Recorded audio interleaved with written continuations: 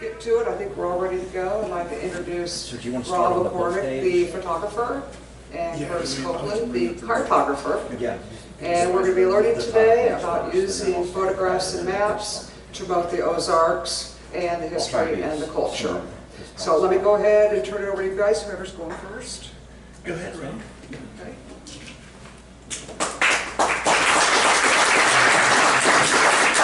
Thank you. Thank you very much, everybody, for coming out. Thank you to Curtis Copeland for creating a really cool map that is interactive, that you guys are going to enjoy this presentation very much, I think.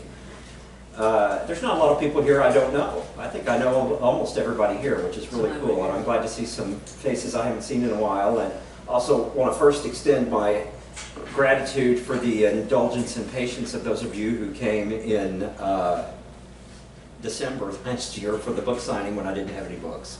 That was very kind of you, and I appreciate most of you coming back to sign books. There's a long story about how the books weren't shipped on time or printed on time, and customs delays and a lot of other excuses that they gave.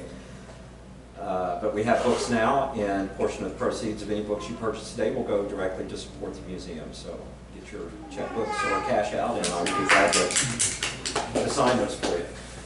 So for those of you who don't know me or are not familiar with my book, Abandoned Ozarks has been a kind of a labor of love for 15 or more years. It was something that started really early in my childhood.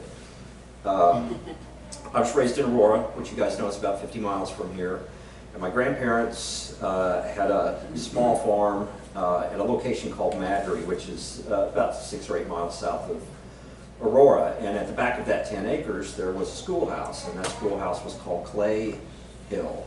And it was part of that larger little Madry community. And there was some historical significance to it that I learned as a child. There was an abandoned road that ran through to the schoolhouse, which once the school was consolidated in the late 50s, that was all closed off.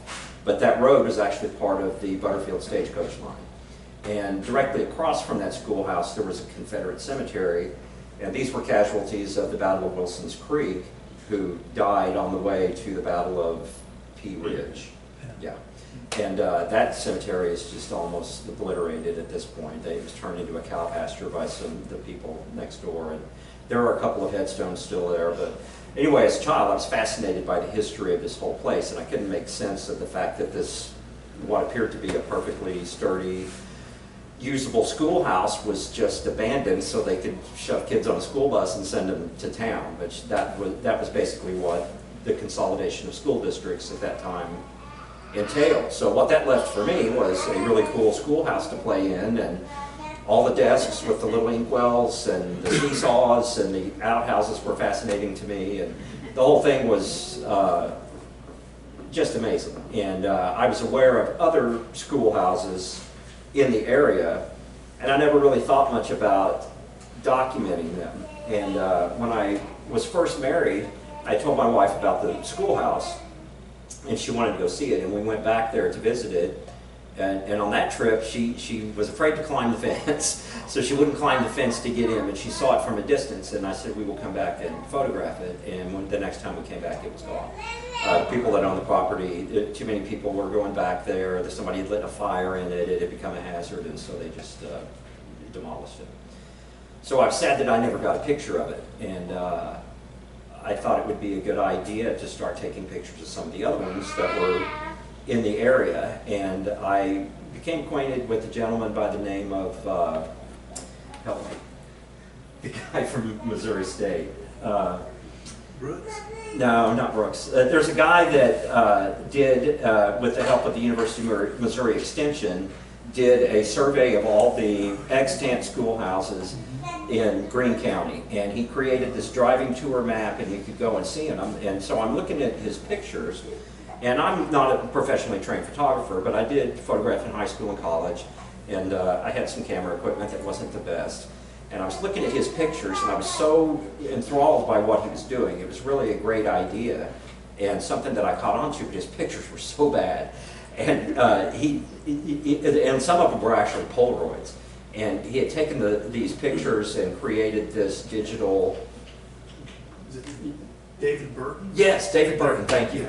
Yeah, and I ended up, and there's more to that story too, but nice guy. I just thought, man, this guy, he could take better pictures for what he's doing. So I kind of just followed his path and used what I knew about photography, rule of thirds, how to center a picture, you know, indirect lighting and whatever. And I just wanted to make them look artistic and better.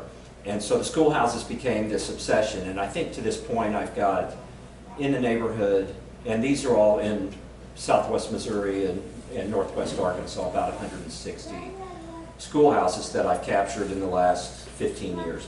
So a lot of them are gone now. And so that is something that makes me, it's fulfilling to me that I was able to preserve them in that way. And to me, historically and meaningfully, these schools were more than a school. Some of them doubled as churches, some of them were polling places, some of them were just social gathering places for pie suppers or whatever. And there's a whole generation, including my own, I mean, this was really before me, that don't recognize that this is what the education system was like in our country. This is how people functioned in their social life and what the importance of these were. And in a lot of ways, this is the only way that some of these are ever going to be preserved. There's pictures, there's history. I've met with, you know, county historical societies all over, and it just became very important to me to try to artistically preserve these structures for future generations so that they would have a better understanding of our culture here, who we are, where we came from, and our ancestry.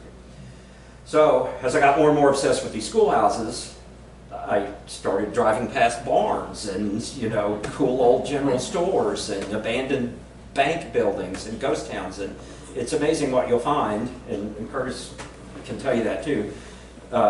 Driving on back roads in the Ozarks, you're going to encounter some history out there.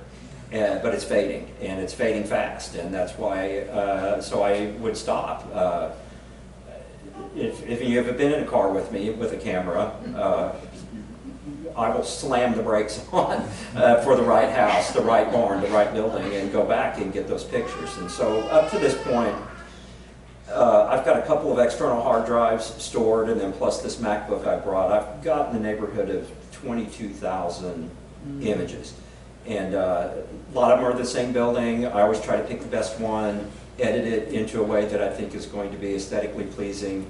You know, I like things that, I mean, it's abandonment we're talking about, so I like a cloudy sky and a dark atmosphere, and I don't want it to be unpleasant, but I wanted you to have the feeling that this may be the last time that you look at this. Because if you were there, some of those places, that's the last time I saw them, and I will never see them again, except in these pictures, because they've either collapsed, been demolished, or, you know, they're just gone to time. So, Curtis is a cartographer, and he has created a map to several of the locations that I have photographed. And so what we can do, you can go ahead and click to your map. Okay. And then, so all of these little red dots are schoolhouses. The blue ones are mills. And what we're going to do is we're just going to pick a couple of these out and talk about the history of some of these locations. And I think the first one we'll do is, let's do Hawkins Brothers Mill. Okay. Because a lot of you guys know that that's where I work now. You can call it work. I've been with Bass Pro Company for a little over 7 years now, and I transferred up there about 2.5 years ago. And I took this picture, I'm going to say in about 2010 or 11. And so the history of this location, the first mill was built there in 1833. And there was a low water bridge crossing, and it was a grist and flour mill. And that first one was destroyed by fire in 1841. And they rebuilt it and started it up again, and it became an important polling place, a meeting center, and it was a nice new building. And then the Confederate Army came and burned it down in 1861. And so it was rebuilt again. And this one lasted a while longer, but if you don't know anything about the milling business, it is flammable. Flour dust, grain dust of any kind, it causes a lot of fires. It's deadly. It's bad for you, it's bad for the environment, and it's bad for a building. And it caught fire in 1927 and was rebuilt again. And then this is the final iteration. This building was actually built in 1927. So it's been added onto in a lot of different ways. They stopped milling flour and concentrated solely on livestock feed. And has anybody been there recently since it's been opened as a restaurant? So there's a train car out front, and it's a molasses tank, and that was actually just a big tank that was in the basement. And then there's another one that's still in the basement that they use as a tunnel to walk into the Garrison restaurant downstairs. So they had molasses in those tanks, and that's what was mixed with a lot of the livestock feed.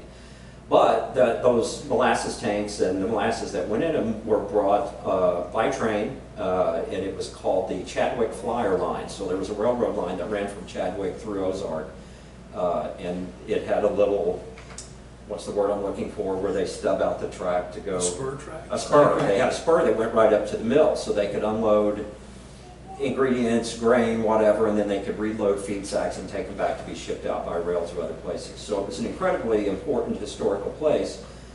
This mill actually operated, it was the last operating grain mill in Missouri when it closed in 1993. And Johnny Morse from Bass Pro Shop bought it shortly after, and as he does, it sat empty for 15 years until he figured out what to do with it. So the project is actually his daughter Megan's. Her name is Megan Stack, and she has taken over that project, and it houses now 2 of the finest restaurants in the area. And I'm not just saying that because I'm a surly bartender that works there. It's really, the food is incredible. We have a very talented team of culinary experts there. Our chef is fantastic, and I highly recommend you visit there. And when you visit there, take the mill tour, because they have restored and renovated most of the milling equipment that was in there. So it's not water powered anymore. They just flip a switch and turn it on. But all the original belts and pulleys and augers, and and there's a lot of video of how this building, they actually brought in a house mover, and that building was raised up and moved out about 50 feet, and then they blasted out the original old basement. So you can't quite see it because where I'm at here, this is the dam that retains the mill pond, and then the equipment that actually turned the equipment inside was on the other side. So when they moved the building, and there's a time-lapse video of this, which is super cool to watch, they blasted out the old basement and they raised the building 4 feet, so it's 4 feet higher, to help mitigate flood damage, which has worked to varying success over the last couple of years. Last year we were closed for a considerable amount of time because of flooding. This year, 2 weekends ago, they had a big flood that was almost as high, no damage. In fact, they didn't even close. There's a lower level patio here that was completely underwater, but the bottom underneath here, they put submarine grade galvanized steel doors that are on hydraulics that close down and create an airtight seal over all the picture windows that are downstairs. There wasn't even a leak this time. So they finally got it figured out, and this is one example of a building that survived, and because of, and I'll give a shout out to Johnny Morris, he put the money in it, he saved something that was a historical artifact, a historical structure for this area, and has turned it into a destination. There's 2 restaurants there, there's a wedding chapel, he moved the old Riverside Bridge for a walking bridge over there. It's a beautiful place. And it's all farm to table food too. There's a farm there that they've got 2 full-time farmers that live there 24 hours a day, and so as much as can be brought farm to table into the restaurant, it's done. So kudos to Johnny Morse for preserving it that way. My picture is more of a preservation of the original state of it, which there's not a lot out there. He has some cool old black and whites and all that, but there weren't a lot of people at that point that were interested in an old building that was probably going to be torn down. So I actually shot that for a mill calendar that never happened. So now you get to see it today. Let's go back to the map, and we're going to talk about Jolly Mill. Jolly Mill is over by Pierce City, Missouri, and I have a history there. being from Aurora, and I had a lot of friends in Monette and Purdy in the Pierce City area. And when I was a young man, Jolly Mill was just a shell. There wasn't a lot going on there, except keg parties, which I attended with some regularity. And it was a nice place for kids to hang out, but there wasn't a lot of historical preservation going on. A gentleman whose name escapes me, but he's the uncle of one of my best friends, purchased that whole area. And it used to be a town called Jollification. And that's how the name Jolly was the shortened version of that. So it became Jolly Mill. He led a renovation project. He raised some money. He got some federal grants for this, and he completely restored it. The original Jollification schoolhouse was a little bit away. He had it restored and moved, and it's basically right next to the mill. The old Baptist church is right across the highway in the same original condition it was ever in. It just looks, I have some great pictures of it as well. But that is another example of preservation by somebody that had the means to do it on a structure that was important to the community. That mill served Monette, Pierce City, Granby, Cassville. People came from many miles just for that mill. And the fact that it's been preserved at this point is fantastic. So again, my preservation effort was redundant, but I'm glad I did it. Was that the big kind of nationwide accounting firm that's based out of Monette? No. This guy, he made his money. He was an architect that designed medical buildings, and he did them all over the world. He should have written a book. But he made a ton of money building hospitals. And when he retired, he was from this area, and he had a specific interest in that property. He bought it, preserved it, and put an end to our keg parties. Nice guy, though. Very nice guy. Let's talk about the Ironside School, because that one's on its way out. Oh, yes. How many of you guys go through Walnut Shade very often? So you've probably seen the condition of the old schoolhouse there. That was originally a schoolhouse. I took this a few years ago when I noticed this. Once the roof starts to go, that's when you've got problems. And I had talked to the gentleman that lived in the house next door. They weren't interested in selling it. They weren't interested in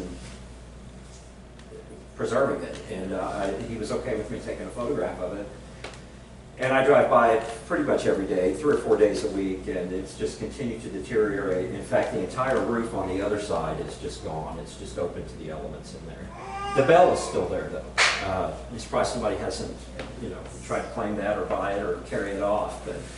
But that school dates back to the 1880s, and that is not the original 1880s building.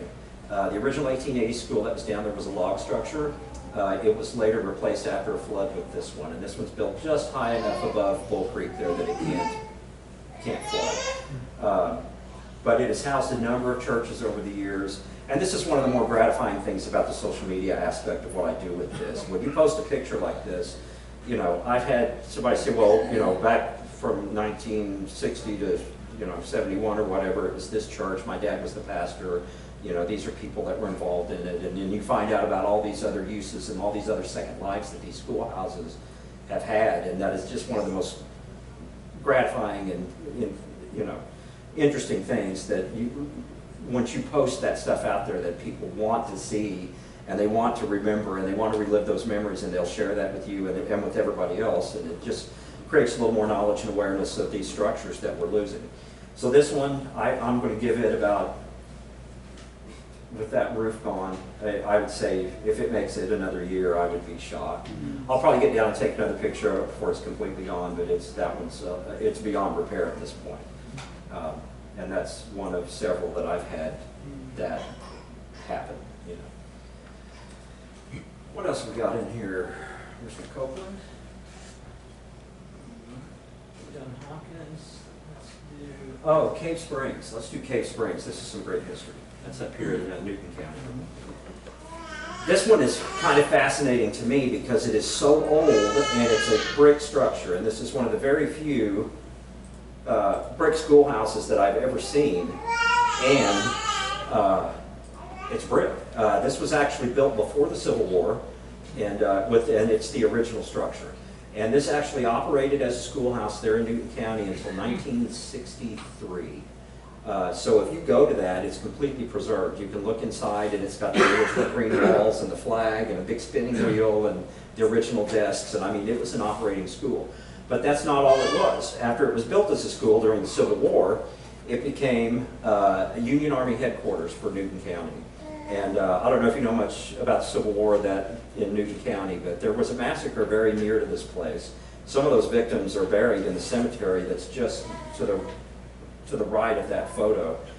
And but it served as a county seat at a time. It was the Army headquarters, and it was still operating as a school. And that building is a real survivor, and it's Newton County Historical Society. They have their own fundraising society of people that run that, and it is one of the best preserved examples. You can see it even still has the original water pump right on the front steps. It's a fascinating school. If you're ever in that area, it's kind of in that Sarcoxy area right before you get to Joplin. An amazing, just an amazing thing to see. And again, that's one that I didn't necessarily have to preserve through photography, but I was so fascinated by the history of this place that I can't resist. And then I collect schoolhouses, so then I got another one. But that's one that's hanging on. Let's go to, let's come back to Taney County. Okay. And then let's do Pine Top School. Oh, good. I'm glad you're going to bring that Yeah, up. because so you're thinking what I'm thinking. Yeah. So this schoolhouse, and I've got a bunch of pictures of this because when I shot it once a long time ago, and I was so fascinated by it, and then we had a big snow, and I went around and shot all the schoolhouses I could find because I was going to do a winter schoolhouse calendar. So this is Pine Top School. Was I going to point to Elaine? You know about this one, right? I do. Yeah, so this is up on the old, what they used to call the Arkansas-Missouri Road. It's kind of... JJ or... Yeah. Springfield. Yeah, you go to Mincy, Springfield Harrison, thank you. Because you can go down to Drury and Mincy one way. It's kind of back behind where the Branson Airport is now. This was one of the coolest schoolhouses I've ever seen. And one of the things I was really amused at, or I wouldn't say amused, but this flagpole they apparently couldn't afford a flagpole back in those days. So they found the straightest stick they could find and put up there. And that thing's been there for I don't know how long. But it's got the original bell in there. So currently there's a big renovation project going on. And maybe you know who's funding it? Yeah, I do. Tell us about it. So, so this is kind of exciting. This is just recently the Society of Ozark and Hillcrofters entered into an agreement with the trustees of this little schoolhouse that have done a good job of keeping it up and standing the last several years. But there's also a church. If y'all remember Larry Sifford, he was one of our speakers here a little while back. He's got a church down in another one-room schoolhouse or church house called Sycamore Log Church. Well, that little church is busting at the seams, so it was an opportunity to make some more room for a church plus restore a historic schoolhouse. So the Society of Ozark and Hillcrofters said, okay, we'll match the Acts of the Shepherd Gathering dollar for dollar to raise some money. And renovations already started on that. Replacing some boards, making sure the roof's in good shape. Going to get a coat of paint on it, and it'll become an active part of the community again by this fall. So that's exciting. So that's what I was going to add on that. Thank you. I'm glad you did. I saw something about it, and the Hillcrofters are the ones that created that little roadside park where the Murder Rocks are, which is kind of in the same neighborhood. You guys know about the Murder Rocks? You know, Alf Bolin and all that. So yeah, they're the same ones that did that. So they're doing some great stuff in the community as far as historical preservation, and I'm very grateful for it. Let's do a couple more. And, how about doing meadows? Well, did you do Meadows? I don't have Meadows on here, but I should zoom to the location. Do you care if I mention Oak Grove? Oh, the one on T Highway? Yeah. Oh yeah, no, we can do that. Okay. That's actually, so yeah, you can do that one first if you want. Sure. Oh no, oh yeah, so this is the one that, the history's failing me. Yeah. Who's the wall knobber? Okay. that was a teacher. Nat Kinney. Nat Kinney, yeah. Yeah, Oak Grove. Yeah. I was gonna ask you if you had that. But There it there's this is interesting too. You tell it. Do you care? No, Okay. I only know that Nat Kinney like taught Sunday school there, and he was like the king of the ball knobs. All right, so yes, Nat Kinney, and this ties back into Keith Thurman's discussion about the ball knobbers a month or two ago. But Nat Kinney was the head of the Taney County outfit, and one of the reasons that he was a known character or a known individual in the county was because he had a Sunday school class at Oak Grove Church. Now, this is Oak Grove Church, but is not the one that Nat Kinney was at. Actually, let me go back here to the map. And this is the reason I like maps so much, is that you get to see, you know, kind of how these structures relate to the surrounding area, the surrounding community, because being Ozarkers, our sense of place is huge, right? So if I zoom in here and I turn on this the historical USGS topo, I don't know if you in the back can see this, but this road here was the old Springfield-Harrison Road, which was the main highway through the county even before the Civil War. But the actual original Oak Grove Schoolhouse was right over here, and it was a little wooden structure that stood until the mid-20th century and was eventually went away. But before that, lost to the elements. But this building, this rock structure that we just saw, was built years later. But the interesting thing is, I don't know if I'll zoom in a little bit more. Do y'all know what contour lines do? They indicate elevation. So this is the bald knob. This is where they got their name, the bald knobber group. This is Snap Bald, and it's right next to the Oak Grove Schoolhouse. And unlike the original Oak Grove Schoolhouse, the bald knob's still there. It's just covered with cedars. But that's where Nat Kinney got together his group of bald knobbers, and they met there for the first time. And that's what I wanted to add, that even though it's in the same general location, it's a different building by probably 40 years. Yeah, yeah. and that happens a lot. Again, like there was a Bee Creek school down here that you can see historical photos of, and it was a log cabin. And later on, it was, you know, a clapboard-sided school like you would normally see. They're both non-existent at this point. Do you have the Mountain Grove School that's right up the road from that? I don't think I do, but I can show where that is. It's on T Highway. Yeah. Yeah, there's another one that's very, and again, I'm telling you this stuff because you can just drive around here. Some of these are so close by, and I feel like they're so historically important, and that you can just see them from your car.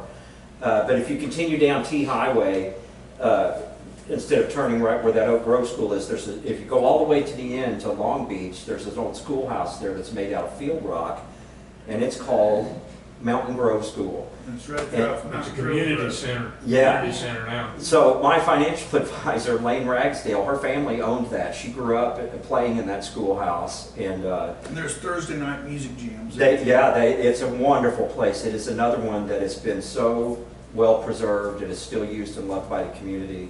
And I have pictures of it in my book. You guys should probably purchase a book and look at that.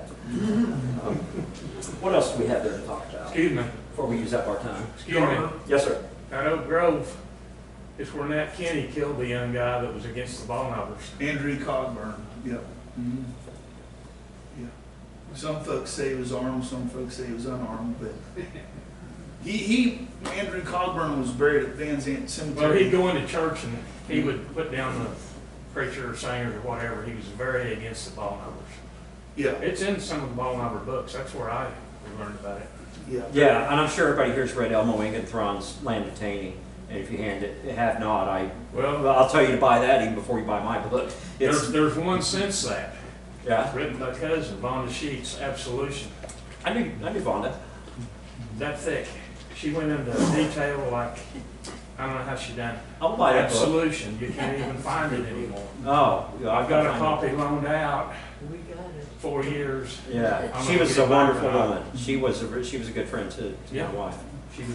She had a play at Forsyth. Here's another interesting one about this being preserved, actually being saved. Yeah, so this is the Garber Schoolhouse. How many of you guys are familiar with Garber?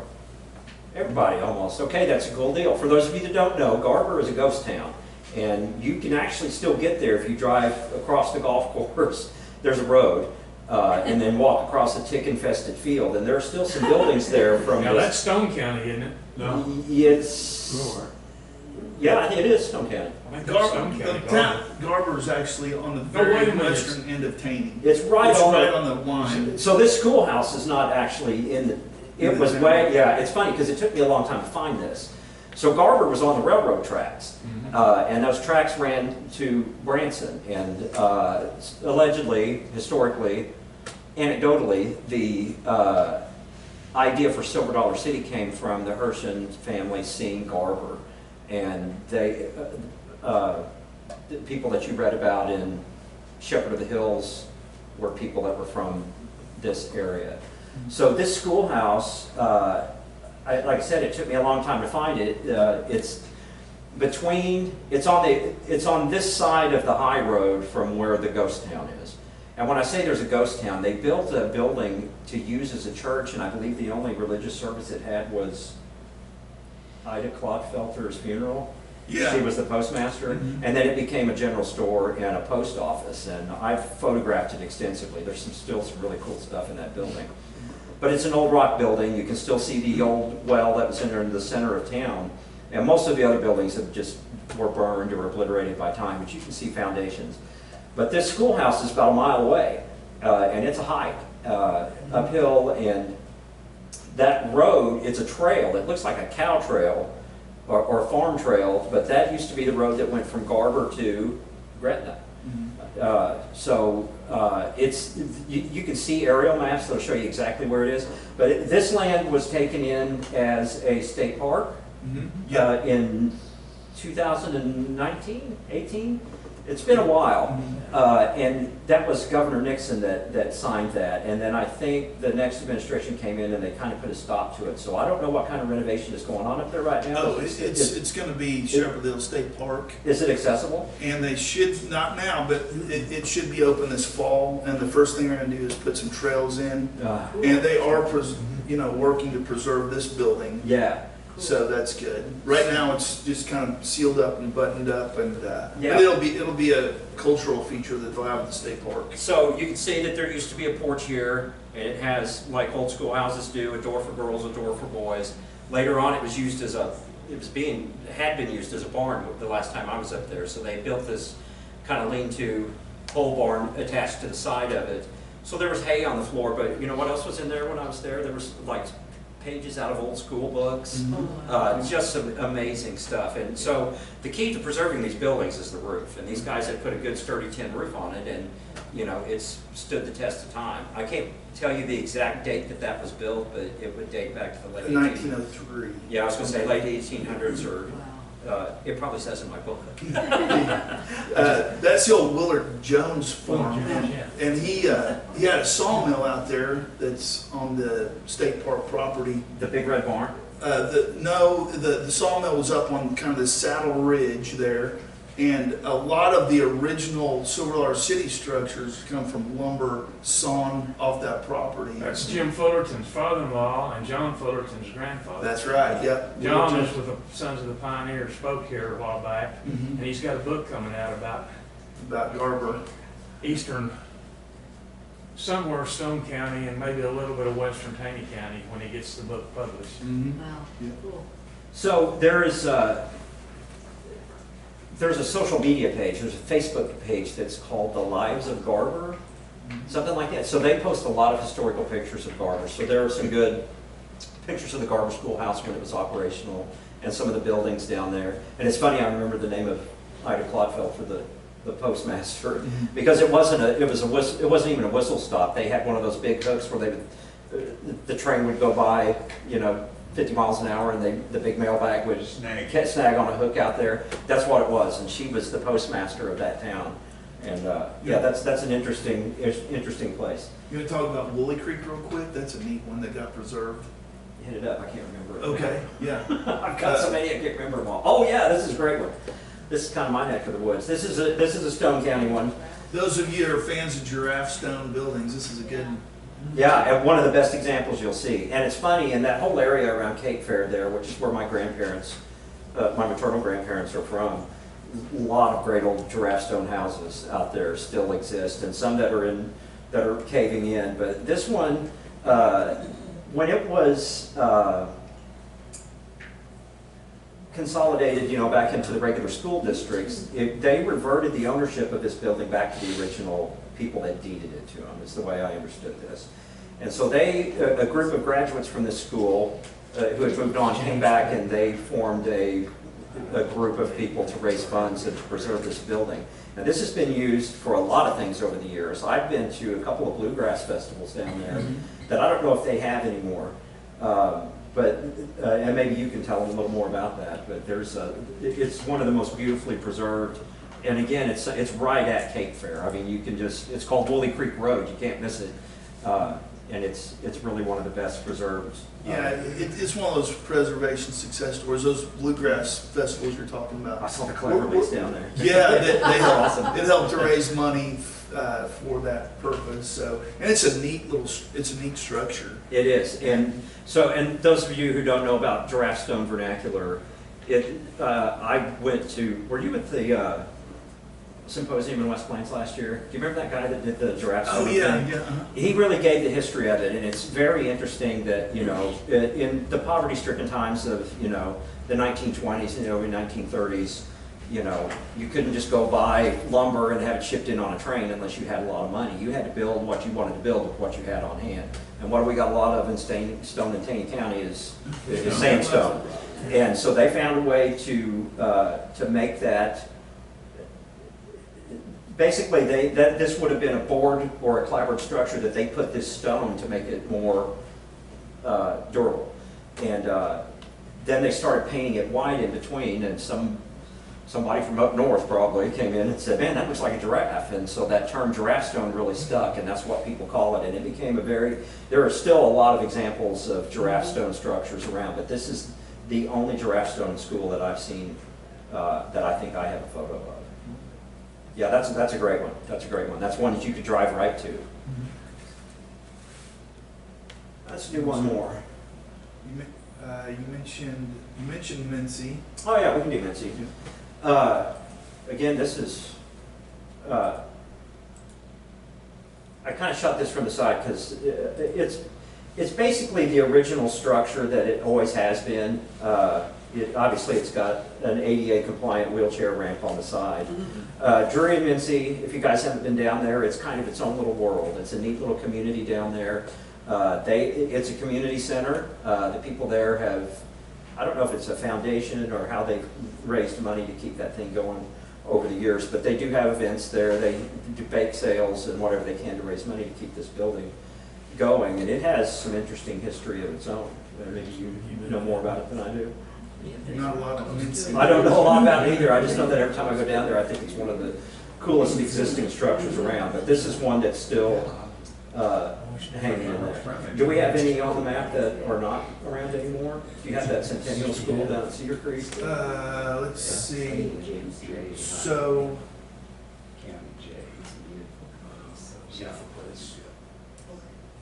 any of these over here that I'm not familiar with?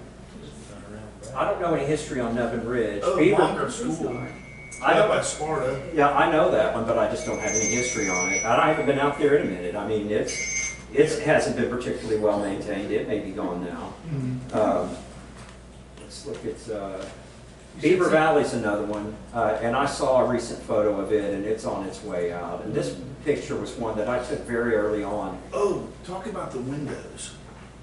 Okay. That's an interesting fact. So this, I don't know the date that this was built. It might be in my book. I just can't remember. Where is this? What's the name of it? This is called Beaver Valley, and it's over by Ava.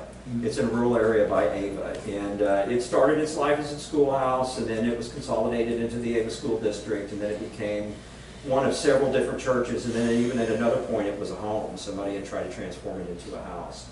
And what he's talking about the windows, it's a common feature that you'll see on a lot of schools. In fact, do you have Haley School? I do. Yeah, we'll show that one too. Okay. Because that one's not looking too good either. But traditionally on these schoolhouses, they would put on the south side a row of windows, and then the blackboard would be on the north wall. So you always had light all day because the sun's going over here, and you don't have direct sunlight coming in or blocked from the other side. So they would always put that row of windows on the south side so that they always had indirect light shining on the blackboard, so the weak-eyed kids like me in the back could see what was going on. Very handy. Yeah, there's another example here. This one is over by Shell Knob, and it's called, this is in, actually I think it's in Berry County. I don't think it's in Stone County. Yeah, Haley School. This one's way out on a dirt road. The first time I saw this, I was a little kid and was back roading with my dad, and it looked pretty rough then. And I'm going to say this picture I took 2012 or 13 probably, and a lot of people have found this since then, and it's a popular one to photograph, and it's not super hard to find. It's way back in the boonies, but again, this is another example of all the windows are on the south side, the blackboard's on the north wall, and this one was built, I think this was built in 1913, if I remember right. Again, all the dates are in my book. Do you have Mount Olive down M Highway? Mount Olive? So is that the same? So I got a little confused on that one because if it's the same place, Where is it? Down over by Mildred. It's actually In my them highway. property. I think you got it. Is it the same as Lone Elm School before it became a church? Let me see. Okay. Robert, Yes. Oh, that's on Blackwell Ferry Road. Yeah. That's my property. You own that schoolhouse? Yeah, Edwards. Come on. Yeah. D.D. Edwards, everybody. My great-grandfather, Virgil Edwards, went to school there, and then my dad bought it. So you know that this was originally a wood structure that they put that clay plaster. It originally wasn't really located right there, that I know.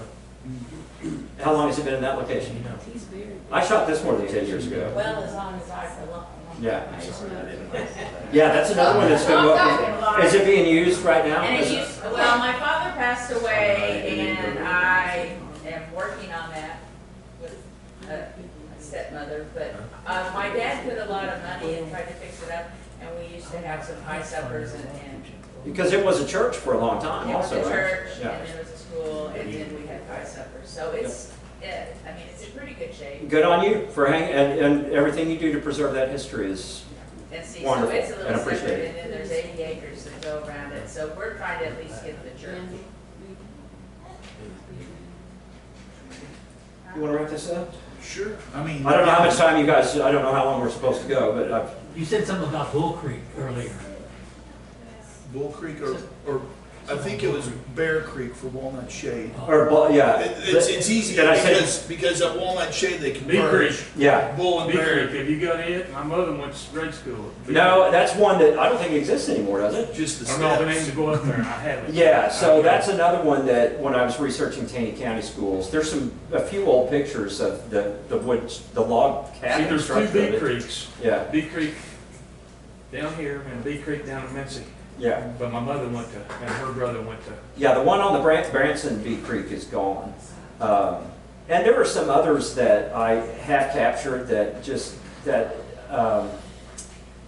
there's a place out on 248. What is the name of that? A little community. They have a community center there. Boston. Boston. Yeah, the Boston Center. Schoolhouse, Boston Center. And I photographed it and I've added it to my collection, but sometimes when I'm taking pictures, they don't have the character I'm looking for.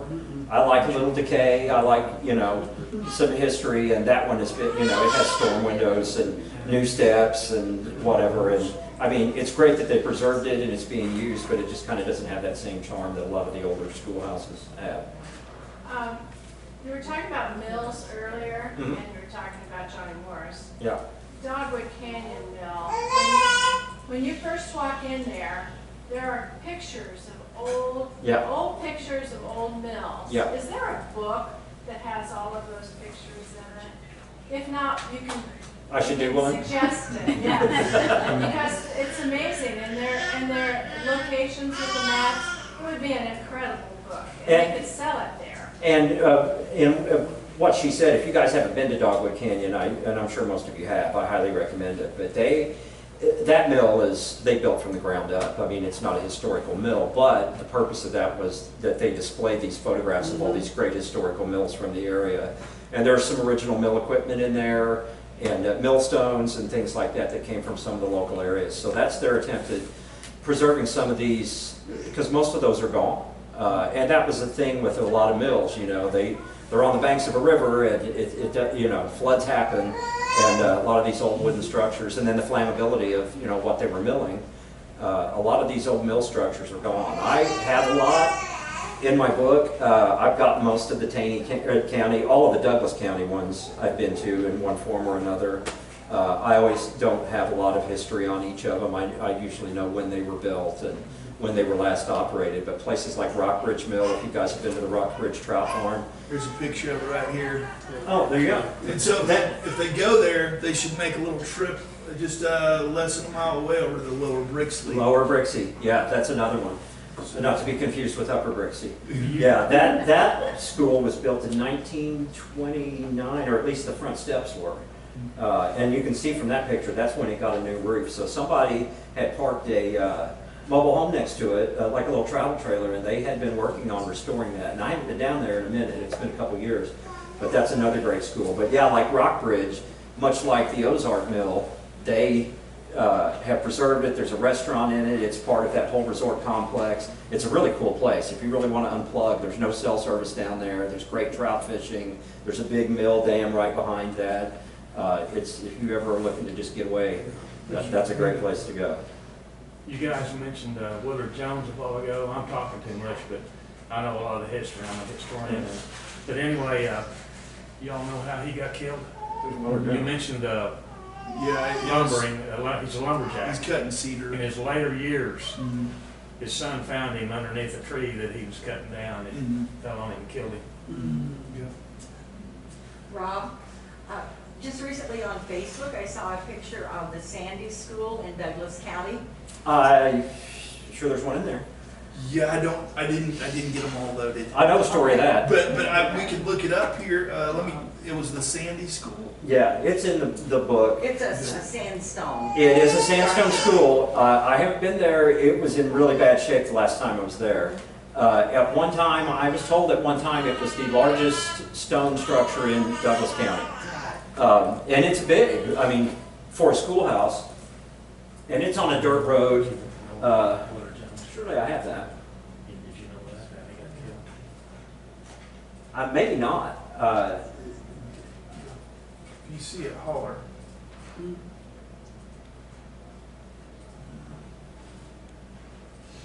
I maybe didn't get that one in there.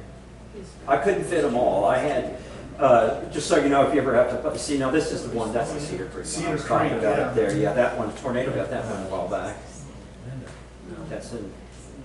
This one is now a residence. Come on, you know, somebody told me that. Yeah, it looks really good too. That one's over by Bodart, and that was a great, very well preserved schoolhouse. Flat Rock School, yeah, it's kind of between Springfield and Bodart, and it's, yeah, he said somebody has turned that into a personal residence now, so that's pretty cool. So the one you're talking about, Sandy Hill, like I said, at one time that was said, or I was told that it was the largest stone structure in the county. And I attend the Sandy Church, which is on the highway just before you turn that dirt road to go yes. down to it. And so our youth group took a little trek down to the school a couple of years ago, just for historic purposes. So I went down there to shoot that, and there's a house that's kind of back behind it, and I went up, knocked on the door, and there was nobody there. And I'm like, well, I don't want to. When you do what I do, you don't want to just jump a fence and start taking pictures, because I haven't had a gun pointed at me, but I've been cussed at. But sometimes it depends on what you're shooting. It's better to, you know, ask forgiveness than permission. You got to watch out for them pit bulls too. Oh yeah, and copperheads. But there was a house across the street, and the door was open, so I knocked on the door, and this old fellow was he was too old to get out of his chair, but he encouraged me to come and sit down, and he told me everything he knew about that Sandy school. And he had gone to school there. Bob Seiler. Is that who it is? That guy, I was there for 2 hours. I mean, he told me everything I would ever want to know about that school and everybody around it. And I wasn't in a hurry to get out. I mean, that's one of the great things about doing what I do, is when you run into people, and especially being here in the Ozarks, they want to share that history with you. They want to preserve that culture. They love reliving those memories of those places, you know, that they've been. And that's why I feel like it's important to document these and preserve these, you know, in photographs. Does your grandmother, Jade? But that's not the Clio school. That's not Clio school. There's some. There's a There's some. community center that's never been to school. Yeah, that's right. I found that out later. I went to Clio school. Yeah. The first 3 years of school. Yeah, this is at Jenkins, and I found this out later that this was built by the WPA, right? And so I thought this was the schoolhouse, and it actually made it into my book saying it was the You want to schoolhouse, but see it's a not. picture of the schoolhouse? I'd love to, because I don't think it's not standing anymore, is it? Cartography. Hey, did you ever know Oscar Copeland? His mother taught that school. Are you guys from that area? Here's the Jenkins? school. He is. Well, I went There it first, is. second, third grade there. Here's my picture of my mother. I love this. See, this is what I love about doing this. You want those, you can have them. I would love to have it. Did you know Oscar Copeland? Oh, you don't have to. He was a conservation agent. He was a cousin of mine. And he was from there in Jenkins. And then my Uncle Junior Haddock. I don't know if you know any of the Haddocks over there. I've known some, yeah. Pete Haddock's my grandfather. Jane is my Here's the grandmother. cartography on it, by the way. Oh, see, now Curtis. this is right up your house. You can see Clio there, which is up at the corner of 39 and 248. But a mile south. Where the bridge is. Yeah. Yeah, Well, just up from the Silver, we call it the old Silver Bridge. yeah, But where you cross 39 there. yeah, Clio's there, and that's where the community building is. right, A mile south of there, down toward Flat Creek. yeah. That's where the Clio school was. And then, so if you, I know that bridge is closed now, but if you were going that way, across the Silver Bridge towards Cassville, it's about 2 miles on the right is where my uncle lives in his cabin. Oh, okay. Yeah. Well, I've been all over about- those woods as a I kid. grew up about 5 miles on the road there. Well, I'm from White Oak, which is south of Aurora. I don't know if you know, there's a White Oak school too that I've got, it's not in the book, but Yeah, I went to Jenkins is where, Yeah. was my address most of the time. But yeah, and also- then the Jenkins became a big school. And then, I don't know if it made it in the book, but I also have Leanne. And that's another one that's been very, very well preserved. That- It looks brand new. Used to stop at Leanne, my mom we'd go in by a soda pop and a candy. That's what we do. We would drive down that way and stop at Leanne and get our soda pop and then go down and swim under Coming the from bridge. Eureka School is on the county line, Yep, south of Aurora. yep. Because my mother taught there also. At, which one? Eureka was a 2-room school. So White Oak is just south, it's about a mile south of County Line Road. This one was right on the county line, just right on the county line. I grew up on Sharp's Corner. You know where that's at? They used to call it Chicken Corner because of all the chicken houses. Yeah, Anyway, yeah, it's interesting history. yeah. Is there anything you want to add? I don't think so. I want to thank everybody for coming out. This has been wonderful. I love all this extra information. Does anybody have any other questions before we break for lunch? I got another comment. Yeah. Have you been down Timberlake Road? That's where I live, Lakeshore Drive to Timberlake Road. Goes through the T Highway. There's an old, what's left of an old rock house there, 3 sides of it that I grew up in, 2-room house. I want to go.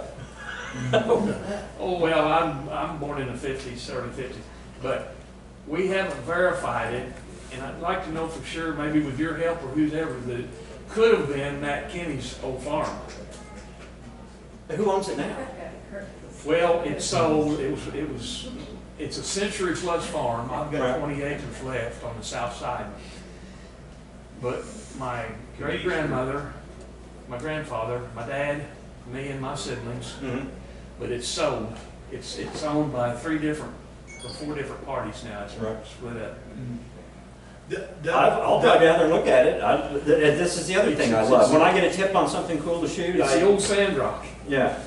3 sides still standing, and then the roof's gone. They demolished it. They left it. They're thinking about making some kind of a memorial out of it. Because what they think, and a lot of people think, but we haven't got it verified, that it could have been Nat Kenny's. Because he had it in the ball number books, it says he had a ranch on the White River. Right.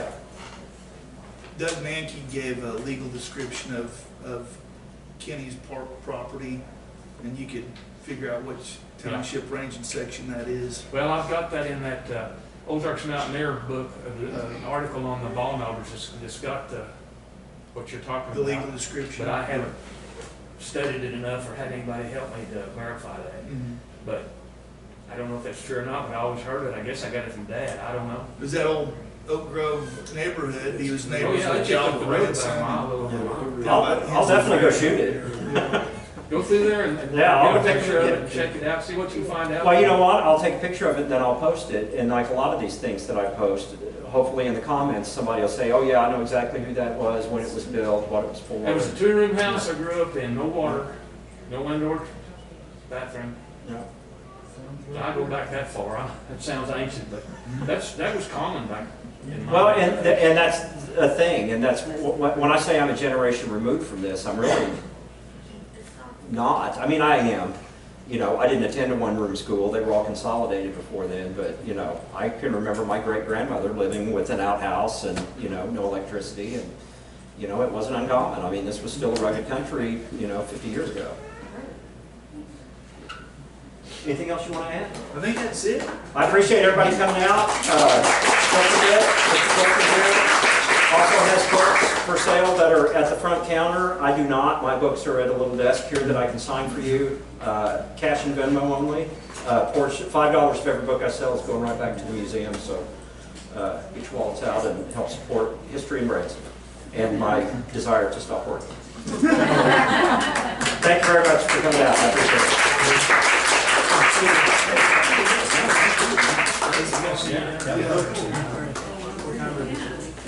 Yeah, in fact, you could send me those. Email me those maps. Yeah, I'll send you a link to it. It's interactive. Is it? Yeah, I'd love to have it. Because you need to say some things.